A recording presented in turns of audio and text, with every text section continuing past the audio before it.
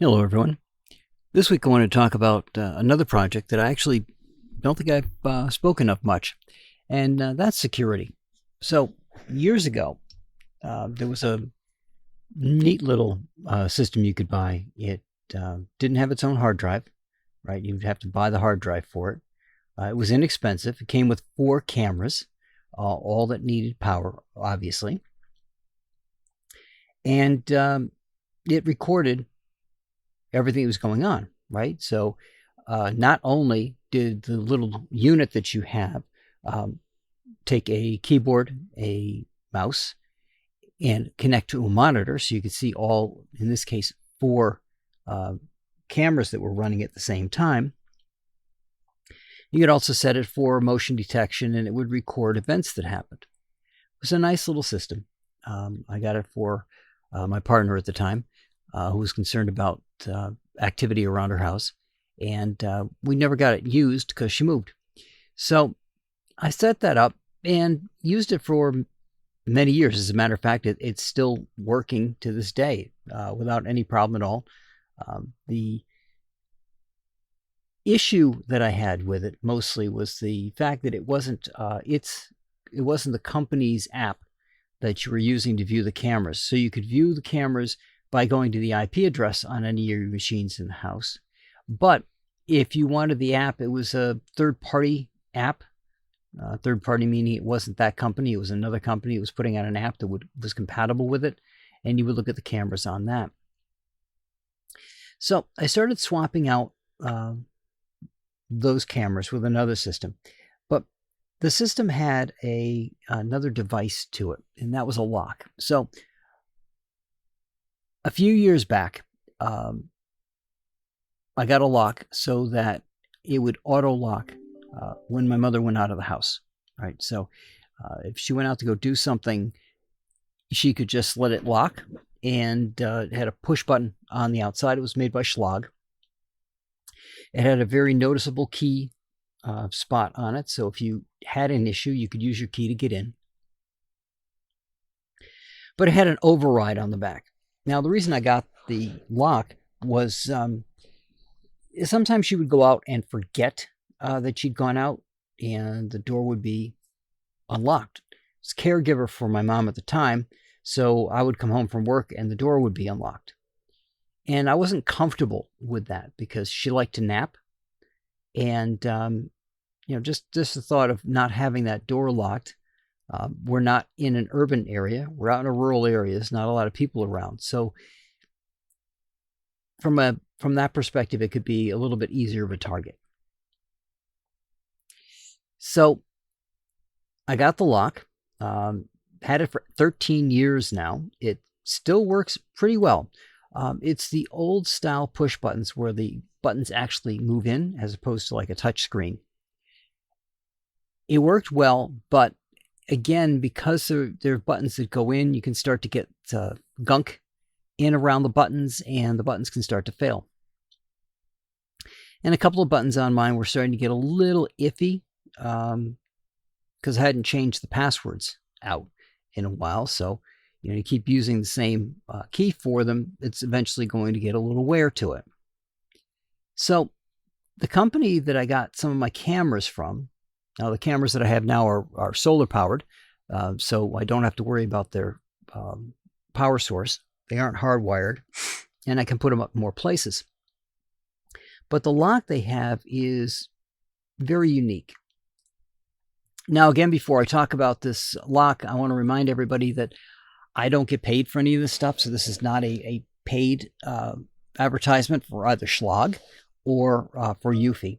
Now, the Schlage lock lasted a good long time. Like I said, 13 years. Started having a couple of small issues to it, which is why I wanted to replace it. And one thing I will point out that I wouldn't feel comfortable if there wasn't an override to it. So both of these devices have an override that you can pop in should there be an issue with the electronics.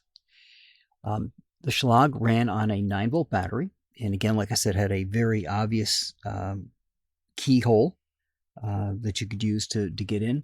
And both of these have a bar to them. And by that I mean it's not a ball handle; it's a levered handle, which I find much more conducive when I've got packages in my hand and want to get in. That said, the new lock has multiple unlock mechanisms to it. The first is you can unlock it via an app if you want to. It's got a push button to it. While the old lock was limited to 4 digits, this one can take up to 8 digits that you can punch into the lock. It has a privacy button inside, which I found rather unique in that what it allows is that by throwing that switch on the inside, you can't open the door from the outside. You can still open it from the inside to get out, but it disables the ability for somebody to come in from the outside. So you've got the also on the lever on the outside is a reader that you can store biometrics, fingerprints in that, so the fingerprint can be used to open the door. And it has an NFC capability to it as well. So you can also use an NFC card. So you've got 4 ways to open up that door. Now, the thing I really like about this one, that I like better than the Schlage, is I don't want my door to blow open if there's wind out there, right? So you always want to pull the door closed. And if you don't want to keep using the buttons to get back into the door just because you went outside for a moment, for example, to go put birdseed in or to go get the mail, you pull the door closed, it's going to lock. The Schlage had a mechanical device on the inside that you would flip, and that would then immediately disable the lock. All right. So if you didn't flip it back, you had an unlocked front door, which, you can do that. Something comes up, you're coming in, you've got to go bring something in quickly that you've got, for example, the groceries, and you don't go back and get the door, and it's unlocked. The new one has a auto lock to it as well, but you can put it on a timer, up to a 60-minute timer, which I think is kind of absurd. But think about it. So now if you go outside and you give yourself, let's say, 15 minutes, you can open the door. When you open it from the inside, it's recorded as a manual unlock of the door. So it gets registered that the door was unlocked.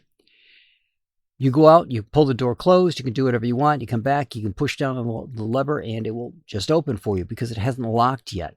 You're within that 15-minute boundary. Now you can set it down to just about nothing, a couple of seconds. So when you walk through that door, you unlock it, and it basically locks as you're walking through the door. If that's your preference, you can do that. But again, like I said, if you're doing something outside and you just want to be able to do that, go out, pop it, and bring it back in. You're bringing out the trash, right? You go to take the trash out to the curb. Do you want to have to punch the lock when you come back in again? I have not checked to see if the NFC would work with the phone. I think it talked about an NFC card, so I'm assuming it's a physical NFC. Which, if you've seen some of the RFID stuff, it's kind of similar to that. You have a device that the lock will recognize and let you in, and you add it to the device just like you do the fingerprints, right? Just like you can share the application, you can share that device on your application, and I believe that'll allow somebody to come in and unlock your door. If you have a family member, for example, you can share that with your family member, give them the permissions to unlock the door, and then if there's something they need to get out of your house, they don't need a key. They just need a phone with an account with Eufy, and they can unlock your door. So that can be extremely convenient, especially if you've got people who are out of town in your family. You don't have to mail them a key or anything like that. They can just come in, and you don't have to keep passing around codes to everybody. They can just use the app to unlock your door. So I've had it in place now for a couple of days. The only issue I had with it, now the Schlage fit into the striker that goes in and locks the door. Had no problem fitting into, well, had a little bit of problem fitting into the door that I had. The bigger hole that handles the entire locking mechanism was fine for both locks. But the Schlage was a little bit tight going into the main bore for that striker. It was not big enough for the new lock. So I actually had to retool the hole a little bit to get the new lock to fit. Not a big deal. It fits very tightly into the new hole. I didn't make the hole that much bigger. I just tapped it out a little bit more so that this would slide in, and had to tap the lock to get it into place. So it's going to be fun when I need to take it back out again. But it's in there. It's good and tight. I don't have to worry about the seal on that. There's nothing loose about any of this process. And the lock goes together rather easily. Now, you might remember that I said that the Schlage lock had a 9-volt battery that it used. This one doesn't. This one has a collection of 8 AA batteries in it.